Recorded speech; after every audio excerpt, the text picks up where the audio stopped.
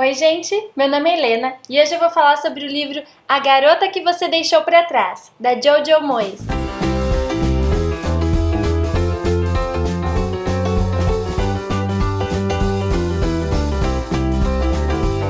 Bom, o livro é dividido em duas partes. A primeira parte se passa em Saint-Péronne, não sei se é exatamente assim que se fala, na França, durante a Segunda Guerra Mundial, e mostra quando a Sophie, que é a nossa protagonista, toda a cidade dela, né, toda Saint-Péronne, foi invadida pelos alemães. Então eles estão naquele conflito, as pessoas estão meio que, né, tem que cumprir milhões de regras, todos os maridos estão na guerra e ninguém sabe se estão vivos ou mortos porque não tem mais comunicação. A Sophie vive junto com a irmã dela, o irmão e dois sobrinhos, filhos dessa irmã. E eles moram num hotel que era da família e que ainda funciona mesmo com a pouca comida que eles têm. Até que os alemães resolvem que aquele hotel vai servir de base para eles comerem também, né? Eles vão fornecer a comida e ela tem que preparar a comida para eles. E aí a cidade começa a ver ela com outros olhos, porque a cidade acha que ela tá se aliando aos alemães, apesar de que todo o resto de comida que ela consegue, ela quer dividir com todo mundo, com todos os vizinhos, quer ajudar as pessoas, mas ela passa a ser vista como uma inimiga, uma traidora. E na casa dela tem um quadro que chama, né, A Garota que Você Deixou para Trás, feito pelo marido dela, o Edouard Lefebvre. Também não sei se é assim que se fala em francês, né?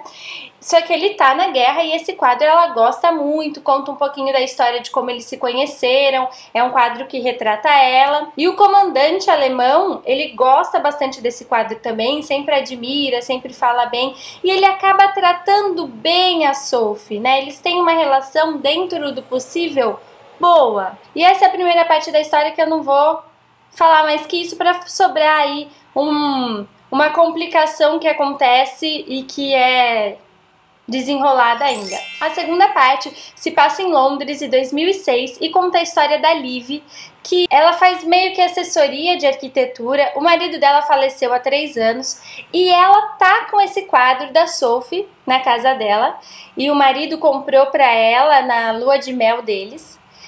E ela gosta muito desse quadro, né? Ela, assim, não se recuperou ainda da morte do marido, não tem um bom emprego, a casa que ela tá, que foi o marido que planejou, porque ele era um arquiteto, é muito cara, mas ela não quer vender, porque é o que restou dele. O quadro também é uma lembrança dele, mas ela gosta muito do quadro.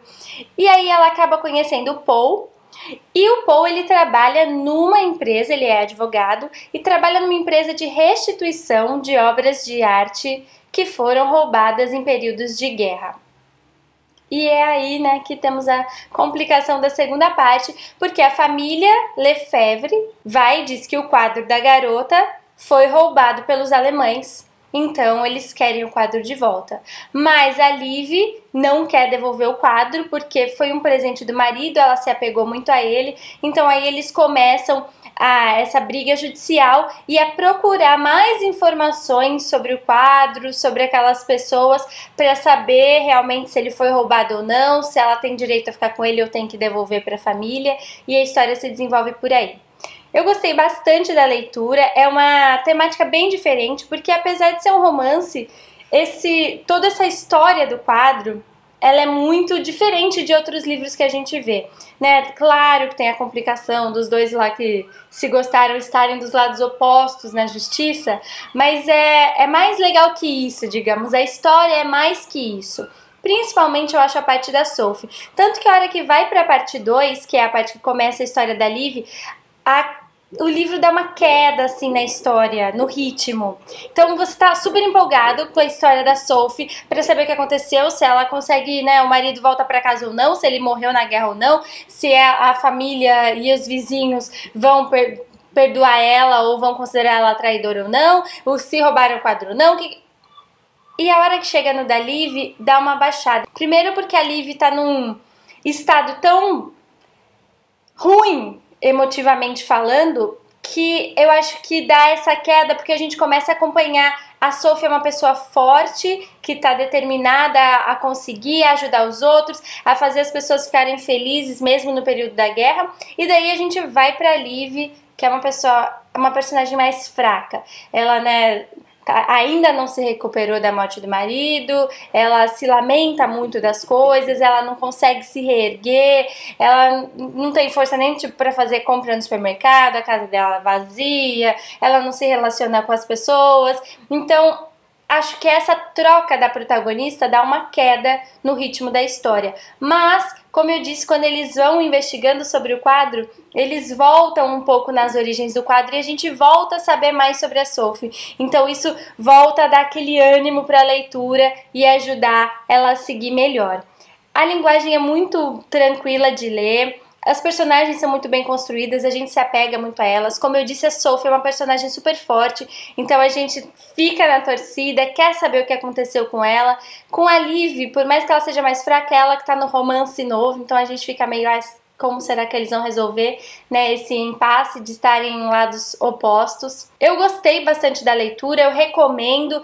A Jojo Moyes, eu sei que ela, né, tem um outro livro dela que é muito bem falado, que é Como Eu Era Antes de Você, que eu não li ainda, mas estou com muita vontade de ler, principalmente depois de ler esse e descobrir que ela tem um jeito de conduzir a história que me agradou bastante.